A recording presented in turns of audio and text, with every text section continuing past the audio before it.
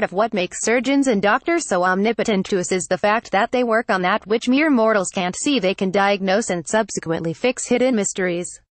But even they need help, and that's where technology comes in. Among computerized medical records, monitors, and machines that can scan and show physicians what they need to know in order to save lives, there's no denying the medical community's reliance on technology. So what happens when something invisible as the system that our stalwarts are so reliant upon? Such was the frenetic premise of tonight's winter finale.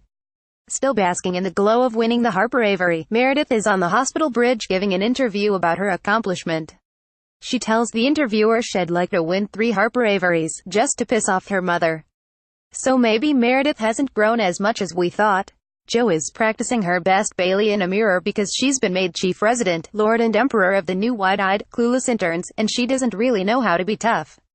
She tries her best, though, as she tells them, "Don't be stupid or slow or make me look bad," but Bailey and Weber overhear her and proclaim that she needs to work on that speech. Bailey is trying to convince Weber to run the multi-million-dollar contest that Jackson is anonymously backing. Weber calls her out, telling her the only reason she wants him to run it is so that she can enter. Bailey fires back, saying he owes her because he let her husband do the fireman thing as his fellowship. Weber wants to know who the anonymous donor is anyway, and Bailey refuses to answer, instead responding with the woman who puts the heat and fire, the Queen of Soul herself, Ms. Aretha Franklin. Yosh's first act as chief resident is to assign the interns to surgeons.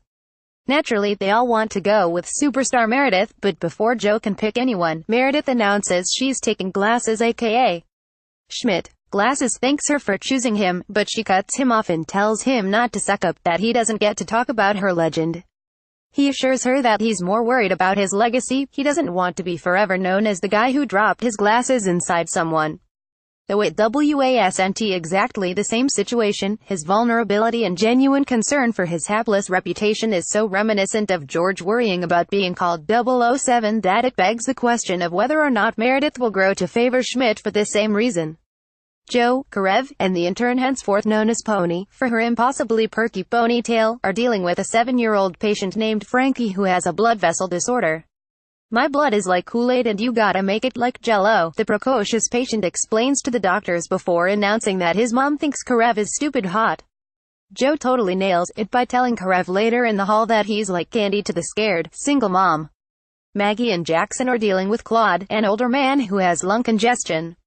His companion, a woman who looks to be in her 40s, is uncomfortably awkward, unsure of whether or not she should stay or go when Maggie and Jackson are trying to figure out his game plan.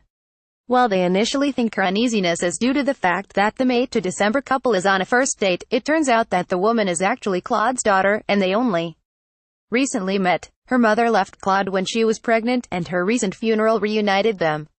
The woman barely feels comfortable enough to call him her father, let alone sign the consent form that Maggie and Jackson need signed in order to do his risky surgery.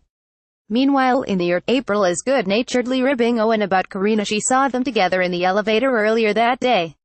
He tells her that it's just fun.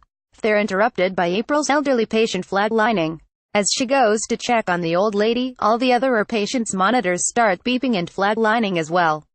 Sam Bello, the intern who is still having a lot of hospital with DeLuca, uses the paddles on a poor guy who, it turns out, was just sleeping.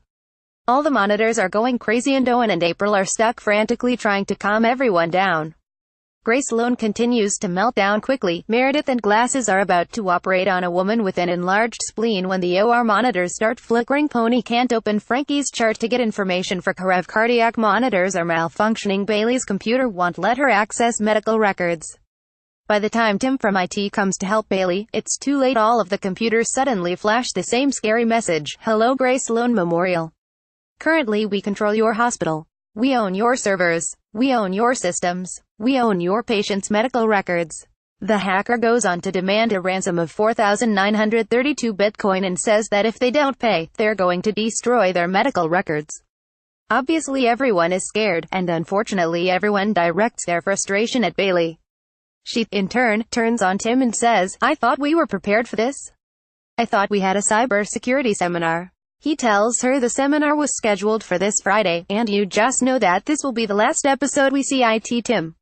Just as Bailey tells everyone not to let the patients know anything is out of the ordinary, the FBI shows up out of nowhere literally. I still don't know how they knew there was an or why they assembled faster than the Avengers with their official blue coats and yellow block lettering, instructing everyone to shut down phones and computers. I think people will know, Weber astutely says as they all watch the agents set up shop. Recap continues on page 2.